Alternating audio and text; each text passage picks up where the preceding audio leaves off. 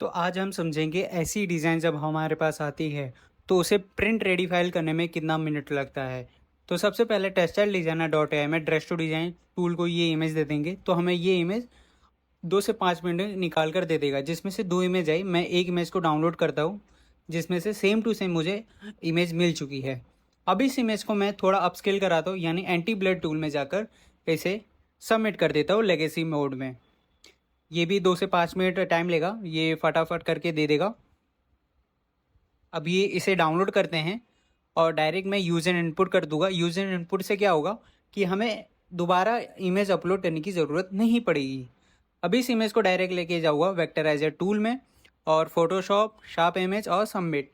तो ये क्या करके देगा, हमें पिक्सल इमेज में डायरेक्ट कन्वर्ट करके दे देगा। तो इसे डाउनलोड करते हैं। अब इस डाउनलोड करने के बाद अब इसे ओपन करते हैं और ओके कर देते हैं। अब इस इमेज को सेम टू सेम देखते हैं कि क्या मिस्टेक है क्या नहीं। वैसे तो पूरा सेम ही सेम है, जैसा है वैसा रिपीट के हिसाब से अभी, लेकिन पूरा मेंटेन करना होगा। जैसे मोटिव तो हमें पूरा मिल गया, हमें बनाने की ज़रूरत नहीं, ना ही ढूंढने की ज़रूरत पड़ी, हमें डायरेक्ट मोटिव मिल गया। अब इस इमेज को क्या करूँगा, पहले साइज़ मेंटेन करूँगा, यानी 60 इंच के हिसाब से रख लेता हूँ मैं। और फिर मोटिव की साइज़ में देख लेता हूँ कि मोटिव की साइज़ कितनी है। तो हमारा मोटिव है कुछ इतना, 6 इंच का है शायद, और ये है कुछ, ठीक है 5 इंच का है, तो 1 इंच और बढ़ाना रहेगा। तो अपने ऐसे मैनुअली ऐसे बढ़ा लेंगे 1 इंच और।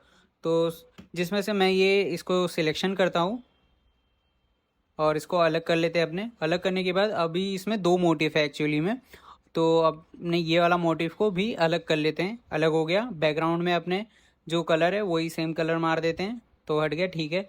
अब इस इमेज को जो दूसरी मोटिव है उसकी साइज़ मेंटेन देखते हैं कौन सा परफेक्ट दिख रहा है। ठीक है, ये वाला ले लेते हैं। तो इसकी साइज़ है कुछ 7 2, तो 7 इंच अपने मान लेते हैं एक हिसाब से, 7 इंच है। अब इस इमेज की भी साइज़ देखते हैं, ठीक है 6 इंच है, इसको भी 1 इंच, तो मतलब 1 इंच का और बढ़ाना रहेगा। अब यहाँ पे गौर करना, मेरे को कुछ करने की ज़रूरत नहीं पड़ी।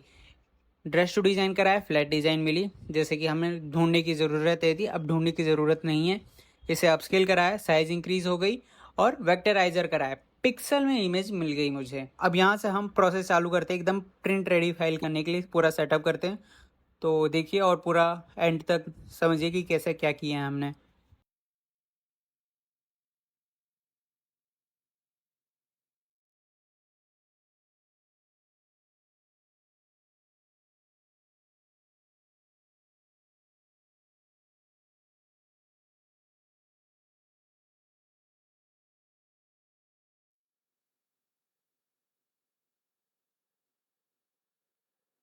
अब इस तरीके से आप भी क्रिएट कर सकते हो print ready file Photoshop plus AI की मदद से। कौन सा टूल कैसा डिज़ाइन क्रिएट करके देता है, जनरेट करके देता है, वो समझने की ज़रूरत है, जिसमें से वीडियो के थ्रू आप पूरी तरीके से समझ सकते हैं। आगे और भी ऐसी वीडियो आती रहेगी, तो पहले से सब्सक्राइब करके रखना।